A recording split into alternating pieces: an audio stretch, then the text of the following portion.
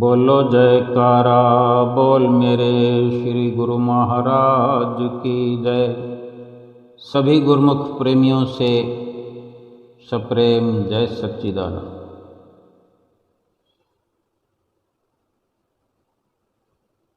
हर कोई चाहता है कि मैं जो भी काम करूं उसका रिजल्ट जो है तुरंत मिल जाए। हो सकता है कुछ कार्य ऐसे होते हैं जो बेशक सरल कार्य होते हैं जिनका रिजल्ट भी सरलता से मिल भी जाता है। कुछ मुश्किल कार्य होते हैं उनका रिजल्ट कुछ देर से प्राप्त होता है। कुछ ज़्यादा मुश्किल होते हैं उनके रिजल्ट के लिए कुछ प्रतीक्षा करनी पड़ती है, इंतज़ार करना पड़ता है। और जिस तरह भक्ति मार्ग में जब ऊपर के लेवल में पहुंचते हैं, कुछ गहराई में पहुंचते हैं, जैसे कि सभी प्रकार से भजन भक्ति करते हुए जो सुमरन का दर्जा प्राप्त होता है, सुमरन के पद पर पहुँचे हैं। सिमरन को जब हम समय देना शुरू करते हैं, सिमरन की शुरुआत करते हैं, तो सुमिरन के जो रिजल्ट हम समझें, सुमरन का जो लाभ है वो बेशक देर से मालूम पड़ता है, इंतज़ार करना पड़ता है। लेकिन ये भी हमें समझना चाहिए कि सुमिरन के लिए हम जो जल्दी लाभ चाहते हैं सुमरन का, तो सबसे पहले ये भी देखना होगा कि सुमरन की कसौटी पर हम कितने खरे उतर रहे हैं। केवल बैठ जाना, बैठ करके समय देना, ये शुरुआत है। भले ही ये बहुत बड़ी बात है, लेकिन जो सुमरन का लाभ है वो सुमरन करने से मिलेगा। अगर देर लगती है उसके लाभ में, उसके नतीजे में, सुमरन का जो नतीजा दिखाई नहीं देता है, उसका बड़ा कारण ये नहीं है कि सुमरन का नतीजा देर से आता है, लेकिन सुमरन के नतीजा प्राप्त करने जैसा हम जो कार्य सुमरन की सफलता या असफलता या उसमें देर लगना, वो सब कुछ हमारी अपनी कमी पेशी के कारण होता है। हमारी कितनी निमग्नता है सुमरन में, हम ये अच्छी प्रकार से बिल्कुल पूरे होश और हवास में ये स्वयं समझने का प्रयास करें कि हमने सुमरन को कितना वक्त दिया हुआ है, सुमरन के लिए कितना वक्त निर्धारित किया है, सुमरन के लिए, भजन के लिए, भजन अभ्यास के लिए हमारी क्या सोच है, कितनी गहराई से हमने जानने की कोशिश की है, कहाँ कहाँ से मालूमात की है, सुमरन करने के लिए जो नाम की बख्शिश मिली है उसको कितना जाना है, जो शब्दों का नाम है, जो शब्द हैं उसके क्या मायने समझते हैं, या उस शब्द के माध्यम से उस शब्द और श्वासों के जोड़ से, सुरत शब्द के जोड़ से जो नतीजा आना चाहिए, जो आ सकता है, उसके बारे में कितना गहन विचार हम करते हैं, कितना गहराई से फिर हम निमग्न होकर एकाग्रता तक पहुँचते हैं। हमारी एकाग्रता कितने समय में होती है, हम उसके लिए कितना प्रयास रहते हैं, हमने कितना प्रैक्टिकल उसके लिए किया है या करते हैं। हम कहीं बाहरी भीड़ के भीतर से चले आ रहे हों, बाहर के वातावरण से, चाहे अपने बिजनेस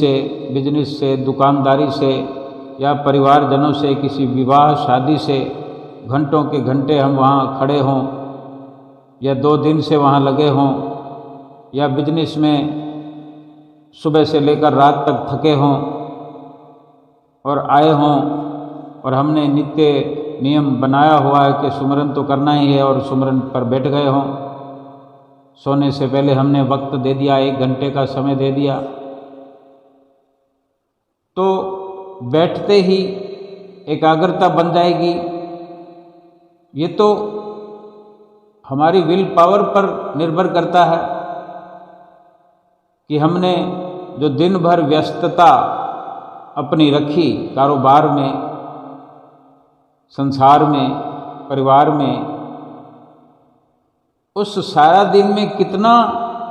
अपने सतगुरु को याद किया, अपने सतगुरु की याद कब कब आई,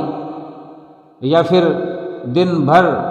व्यस्त रहे कि हमें समय नहीं मिला। कितना भी कार्य किया हो संसारिक, कितना ही व्यस्त रहे हों, सतगुरु को याद करने के लिए कोई अलग से समय निकालने की जरूरत थोड़ा ही थी। वो तो हमारा अभ्यास बना हुआ होता है, अगर हमने बनाया हुआ होता है। सतगुरु को बार बार याद करने की कोशिश तो तब की जाती है जब सतगुरु को भुला दिया हो। अगर हमने सतगुरु को भुलाना ही नहीं है तो फिर याद करने की जरूरत कब पड़नी है?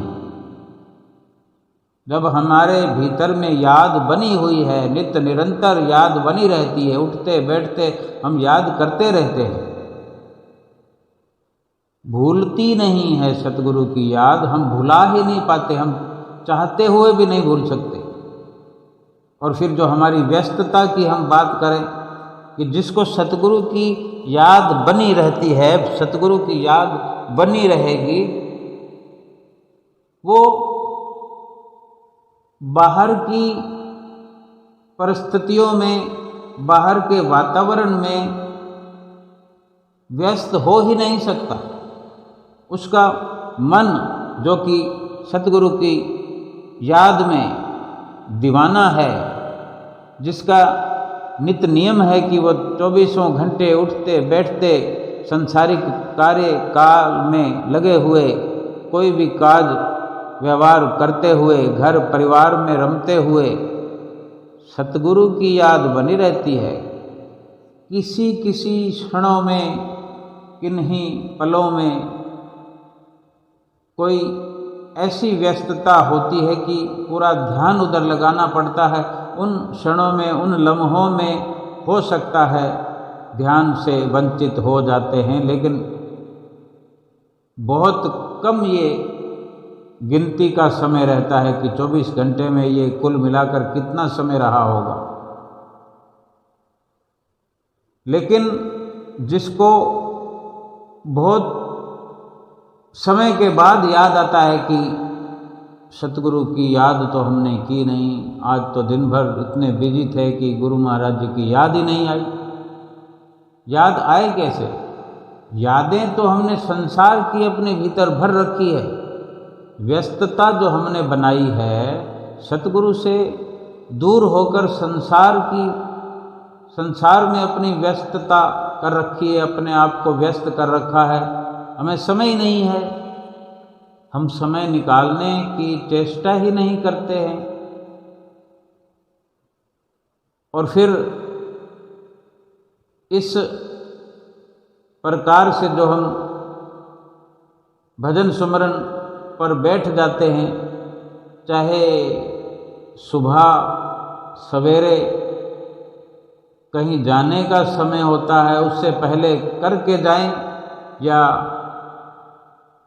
सारे काम व्यवहार से फ्री होकर आते हैं तो फिर करें सोने से पहले। लेकिन जो हमारी व्यस्तता संसार में है, घर परिवार में है,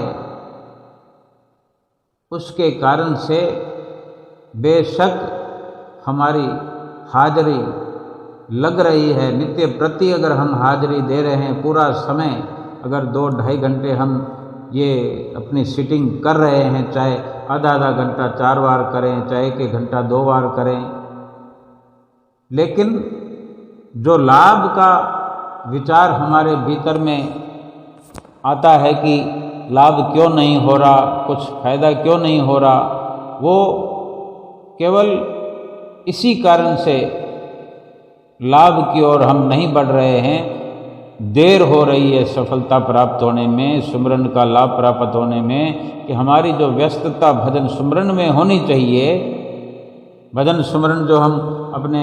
सतगुरु के आज्ञा में चलकर करना चाहते हैं, सतगुरु से जो शब्द की बख्शिश हुई है उसी शब्द का हम भीतर में अपने ध्यान लगाना चाहते हैं, उसी शब्द के द्वारा हम सुमरन के द्वारा, भजन ध्यान के द्वारा, यानी अपने सतगुरु का ध्यान लगाते हुए जो श्वासों का ये हम सुमरन करेंगे, करते हैं, तो वही सब जो हमारी दिनचर्या होती है, दिन भर की जो व्यस्तता होती है, जहाँ जहाँ हमारी सुरती विचरती है, जहाँ जहाँ सुरती हमारी फैलती है, सुरती का जहाँ जहाँ बिखराव होता है, फैलाव होता है, वहाँ वहाँ से जो वो मुक्ता कण चुन चुन कर सुरती लाती और अपने भीतर लाके इकट्ठा करती है, फिर ध्यान की मग्नता में वही सब नजर आता है। पहले उनसे पीछा छुड़ाने के लिए अधिक से अधिक जितना समय हम बैठते हैं, वो पूरे का पूरा समय उन सब के पीछा छुड़ाने में लग जाता है और समय समाप्त हो जाता है। फिर हाजिरी तो हमारी लग गई, लेकिन काम तो कुछ भी ना हुआ। आदतन हम तैयार हो जाते हैं, हमारी आदत भजन सुमरन के लिए पक्की हो रही है, लेकिन जिस वक़्त भी हम चाहेंगे लाभ होना शुरू हो जाएगा। इस आदत को, बैठने की आदत को, इस समय की सीमा को नई शुरुआत से नहीं करना पड़ेगा, क्योंकि ये हम कर रहे हैं। लेकिन साथ ही इसके जो व्यस्तता संसार में है उसको कम कर दें, उसको बंद कर दें, और उसी दिनचर्या में सतगुरु का ध्यान लगातार अपनी आँखों में, अपने मस्तक में बसाए रखें। और जो सुमरन हमें सुबह करके जाना है, वो पूरे रात का, यानी सोने के वक़्त ये हमारी रात्रिचर्या बन जाए। जिस प्रकार दिनचर्या होती है उस प्रकार से ये रात्रिचर्या बन जाए कि हम सोते वक़्त ये चिंता करके सोएं और चिंतन करते हुए सोएं कि हमने सुबह उठकर, सुबह सवेरे पहले, जाने से पहले, जब भी करें, जिस भी समय करें, जाने से पहले हमें ये कार्य सुमरन वाला पूरा करके जाना है। चाहे चौथा हिस्सा पाठ करके जाना है या आधा हिस्सा करके जाना है, जितना भी हम नियम बनाते हैं वो अपनी चिंता में इस प्रकार सोएं, यानी इसी व्यस्तता में सो जाएं, ताकि जब जब भी रात्रि में नींद खुल जाए, जब जब भी करवट बदलें, अपने सतगुरु का ध्यान, अपने सतगुरु की याद होनी चाहिए। और इस प्रकार की रात्रि की ये प्रक्रिया चलते हुए जब सुबह आंख खुलेगी, पूरे होश हवास में वही सब कुछ याद आएगा कि हमें रात्रि में जितनी बार उठना पड़ा, उठकर कमरे से बाहर आना पड़ा पानी पीने के लिए या फ्रेश होने के लिए, बाथरूम तक जाने के लिए, इन लम्हों में वो याद बनी रहेगी। इस प्रकार की हमारी व्यस्तता होगी। और जब जब भी करवट बदलते भी हमें ये ख्याल होगा, फिर सुबह का जो संसार की व्यस्तता में जाने से पहले ये मजबूत सफ़र रात्रि का हमारे साथ जो होगा, वो एक मजबूत प्रकार से अपने सतगुरु की याद हमारे मन में बसी होगी। और इसी के दौरान हम सांसारिक व्यस्तता में पहुँचेंगे, शुरुआत होगी। लेकिन उसी के बीच में ये जो याद है, यानी पूरी रात्रि का जो सफ़र है, और फिर ये भी देखें कि रात को सोने से पहले भी हमने आधा पाठ अपना मुकम्मल किया है, फिर सोए हैं, फिर सुबह जाने से पहले, निकलने से पहले, संसार में घुसने से पहले हमने अपने इरादों को मजबूत किया, अपने इरादों को, अपनी सोच को मजबूत करके संसारिकता में प्रवेश हमने किया है। तो वो यादें, वो प्रयास दिन भर भूल नहीं सकते। फिर संसार के काम धंधों में रहते हुए वो यादें हमारे साथ जुड़ी रहेंगी। और फिर इसी प्रकार दिन भर की व्यस्तता में हमें रह कर अपने सतगुरु की याद आती रहेगी। सतगुरु से जुड़ने का जो हम प्रयास करते हैं, भजन सुमरन करते हैं, उसमें जो बारीकियां हैं, जो हमने खोज करनी है, जो हम खोज कर रहे होते हैं, ध्यान लगा रहे होते हैं, उसमें बहुत कुछ सीखने सिखाने का कार्य होता है। तो वो नित्य प्रति उसमें लगे हुए होते हैं। और दिन में भी इसी प्रकार से फिर कहीं ना कहीं हमारी सुरत बार बार सुमरन के बारे में, जो भी हम अपने भीतर सुमरन करते हुए देखते हैं, सोचते हैं, कुछ कमी है, उसका क्या सुधार करना है, फिर इस खोज में जो लगे रहते हैं, फिर इस खोज के नज़रिए से फिर समय समय पर संतों महात्माओं से भी संपर्क हम करते हैं। यानी ये जो सभी इशारे हैं, ये संसार से हटते हुए हम अपने आप को देखेंगे। और संसार से जब जब हटने का हम नज़ारा देखते हैं, तो फिर सुमरन से जुड़ते हुए, सुमरन से जुड़कर हम अपने भीतर भी सतगुरु का दर्शन प्यारा देखते हैं। और इस प्रकार से जब नित्य प्रति, नित्य निरंतर, आठों याम 24 घंटे सतगुरु की याद जब बन जाती है, फिर याद करने के लिए अलग से परिश्रम नहीं करना पड़ता।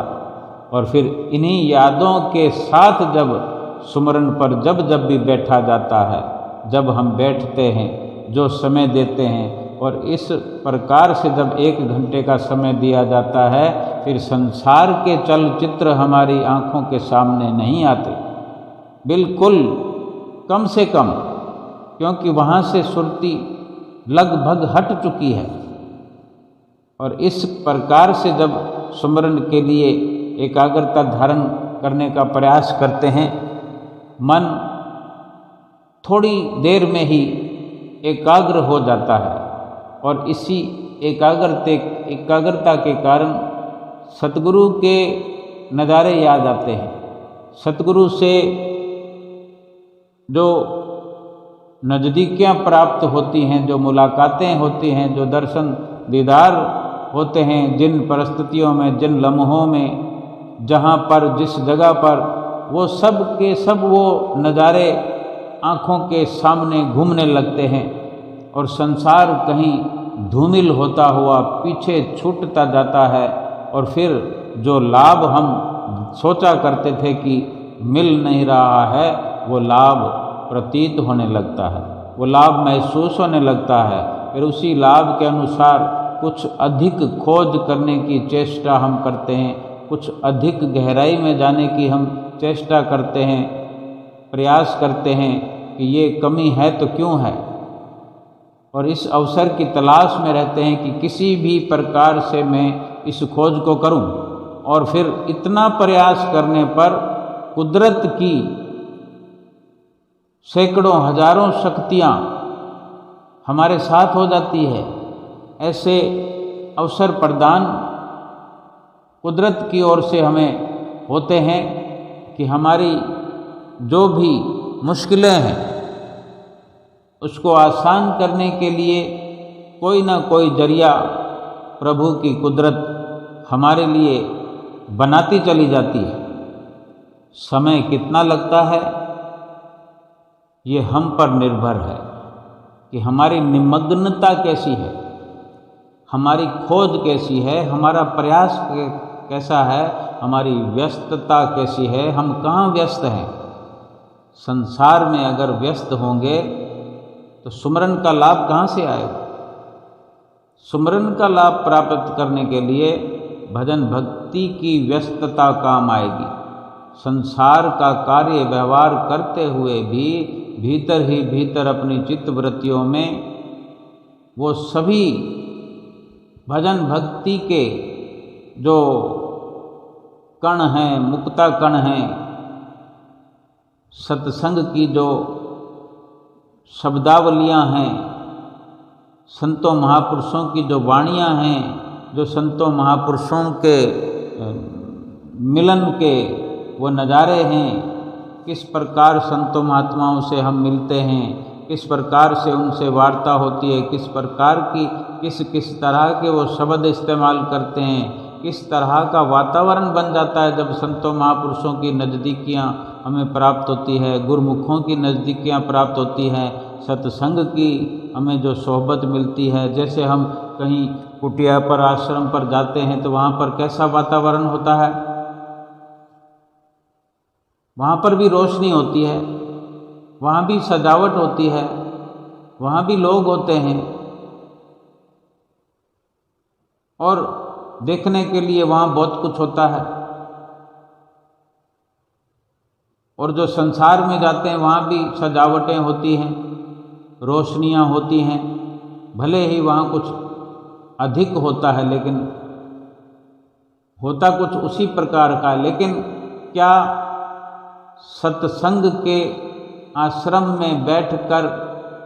जो दिल को सुकून मिलता है, क्या वही मैरिज हॉल में खड़े हुए वो सुकून मिल सकता है कभी? बिल्कुल एक मस्ती का आलम भीतर भीतर हमें महसूस होता है, तो वो सत्संग में जो अवसर मिलता है उसी के दौरान महसूस होता है कि हमारे चितवन में कोई कलह नहीं, कोई कल्पना नहीं, कोई कलेश नहीं, दूर दूर तक कोई चिंता नहीं। कोई ऐसा नहीं होता कि हम यहाँ ठगे जा रहे हैं या यहाँ पर इतने पैसों का खर्चा हो गया,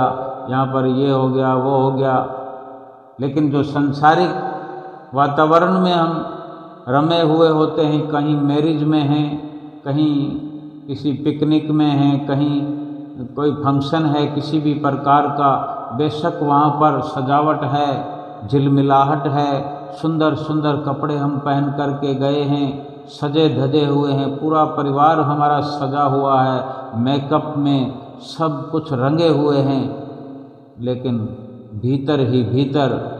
दिलों में एक कलेश का वातावरण है। जैसा चाहते थे वो हमने खर्च नहीं किया, बहुत किया, लेकिन जो हमारे सामने पार्टी में दिखने वाले हमारे जो प्रतिद्वंदी हैं, परिवार के हमारे ही सामने कोई रिश्तेदार हैं, मिलने वाले हैं, मित्र हैं, सब कुछ करते हुए भी उनके जैसा हम नहीं कर पाए, ये चीज़ भीतर ही भीतर बनी रहती है। इस प्रकार का भीतर हमारे वातावरण जो है दूषित हुआ रहता है। कहीं अपने आप को हम फीका फीका सा महसूस करते हैं, अपने आप को असहाय महसूस करते हैं। अगर हम ठीक हैं तो हमारे घर वाले उनमें से कोई ऐसा महसूस कर रहा होता है कि मुझे ये नहीं मिला, मैंने ये नहीं खरीदा। इतना सब कुछ करने के बावजूद भी घर में जो खर्च आता है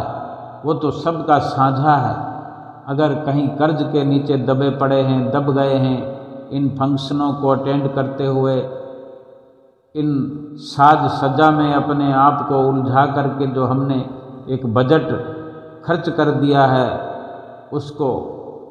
हम चिंता के साथ लगे हुए हैं, सोचते हुए कि कैसे होगा, क्या होगा। उस खुशी के आलम को जो हम एंजॉय करने के लिए जाते हैं, उसको एंजॉय नहीं कर पाते। और एंजॉय कर भी पाए,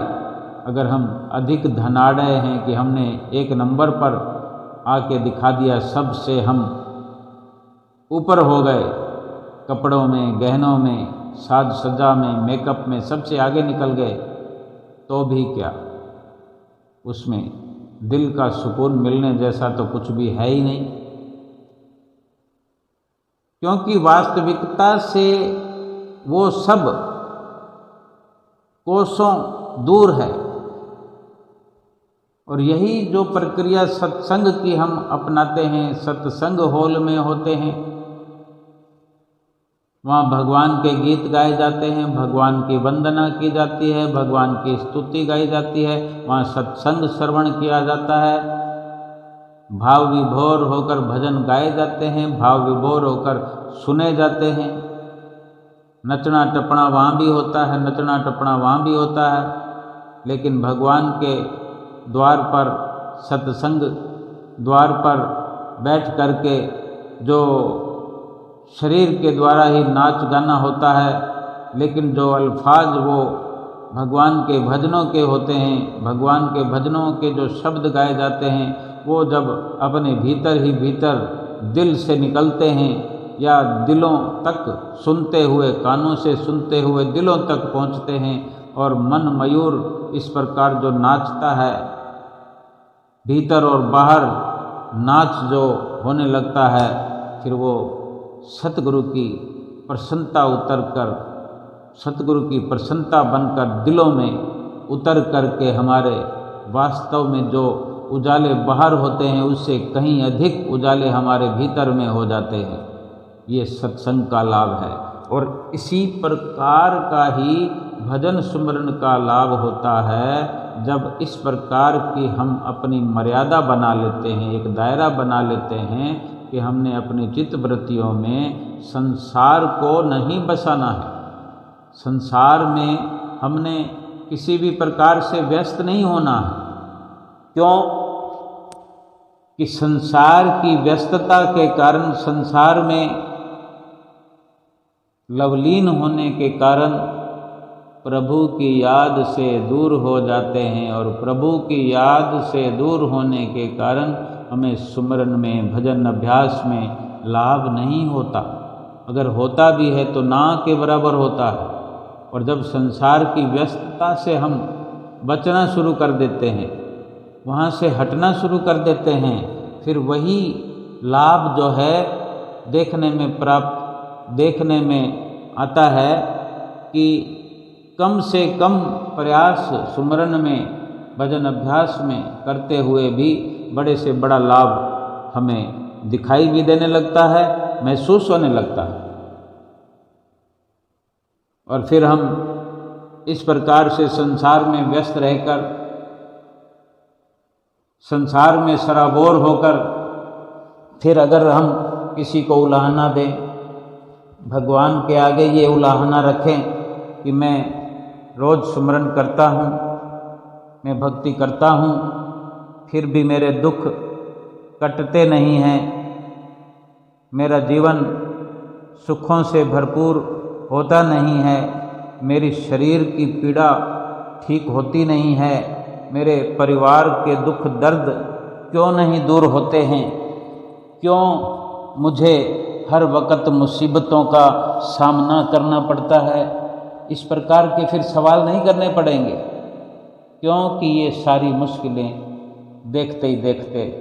हल हो जाती है, ये मुश्किलें दूर हो जाती हैं, ये दुख दूर हो जाते हैं, कलेशों का नाश हो जाता है। जिस सुमरन भजन में 84 लाख योनियों से छुटकारा पाने का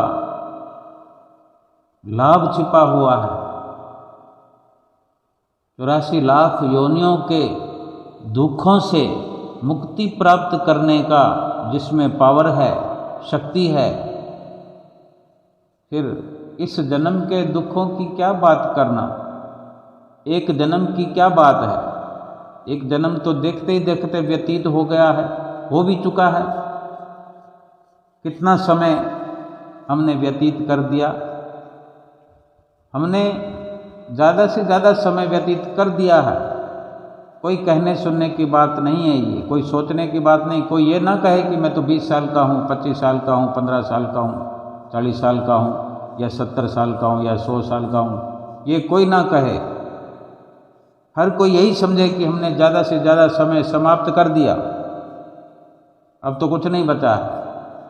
यही मानना पड़ेगा, क्योंकि ज़्यादा समय हमारे पास है ऐसी गारंटी नहीं है हमारे पास। उम्र की एक्सपायरी का कोई समय नहीं है, और उम्र की कोई गारंटी नहीं है, किसी के पास भी नहीं है। उम्र का किसी के पास लेखा जोखा नहीं है, कितनी तारीख तक, कितने बजे तक हमारा इस संसार में रहना निश्चित है, हम नहीं जानते। हम क्या, कोई भी नहीं जानता।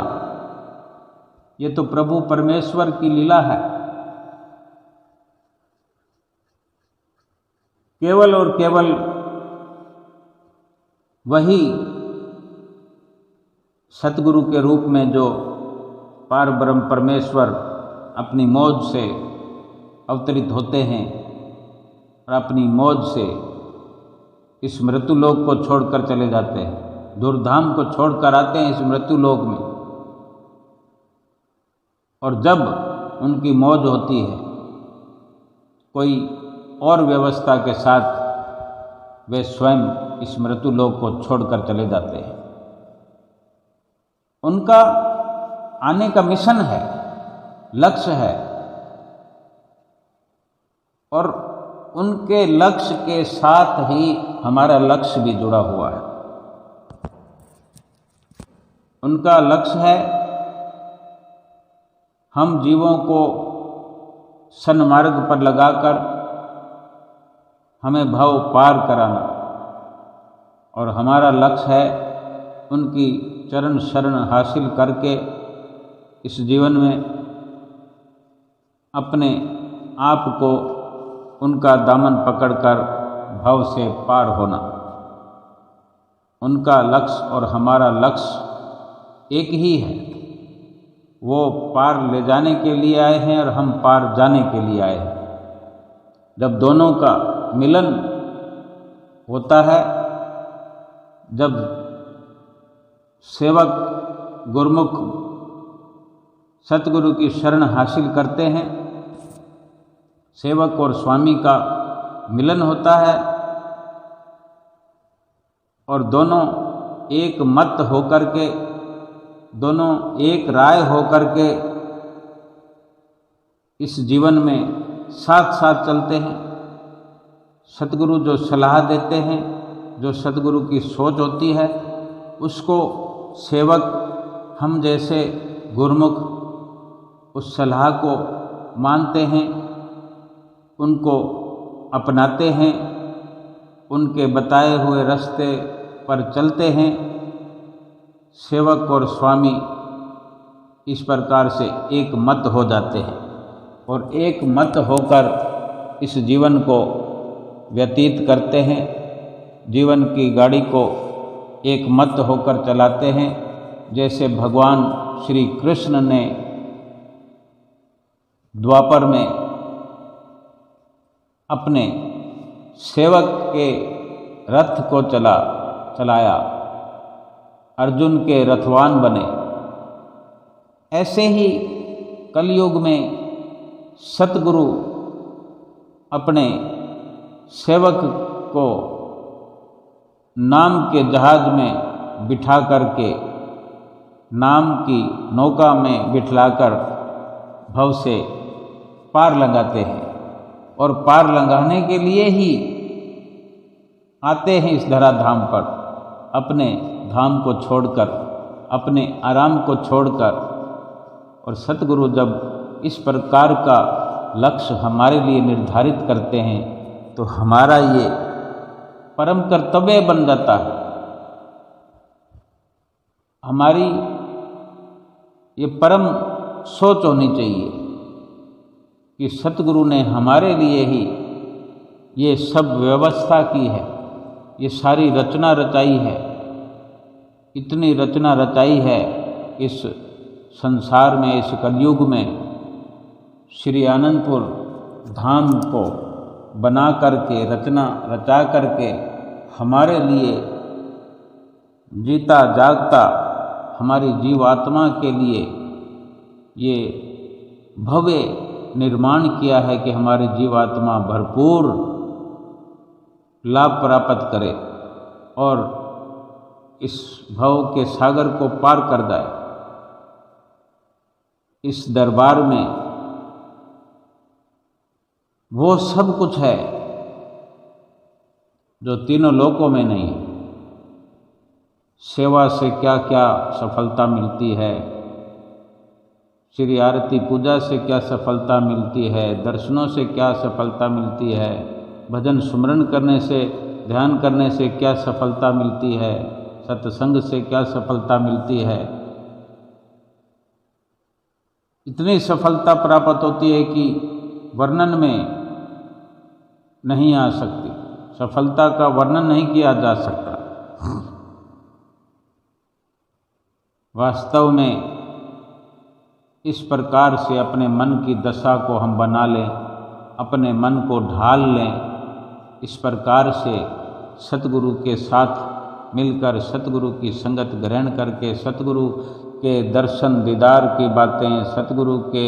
सेवा सत्कार की बातें, श्री आरती पूजा के ख्याल, उनके सुने हुए सत्संग वचनों का हाल, सब कुछ अपने अंदर में, भीतर में भरते जाएं, इकट्ठा करते जाएं। फिर इस प्रकार से भजन सुमरण करने पर जब ये सब के सब नज़ारों के साथ भजन सुमरण में बैठक हमारी होगी, हाजिरी लगेगी, हमारे सुमरण का समय व्यतीत होगा, फिर इसका अलभ्य लाभ हमें देखने को भी मिलेगा, महसूस करने को भी मिलेगा। और फिर ये ख्याल हमारे समाप्त हो जाएंगे कि सुमरन का हमें लाभ नहीं हो रहा, क्योंकि वो लाभ दिखने लगेगा। हमारी सभी शिकायतें समाप्त हो जाएगी, सब संशय खत्म हो जाएंगे, सतगुरु से भीतर से मुलाकात हो जाएगी। बाहर से मुलाकातें करते करते, दर्शन करते करते भीतर भी अपने सतगुरु से मुलाकात होने लगेगी, सतगुरु के दीदार होने लगेंगे और सेवक और स्वामी एक हो जाएंगे। बोलो जयकारा बोल मेरे श्री गुरु महाराज।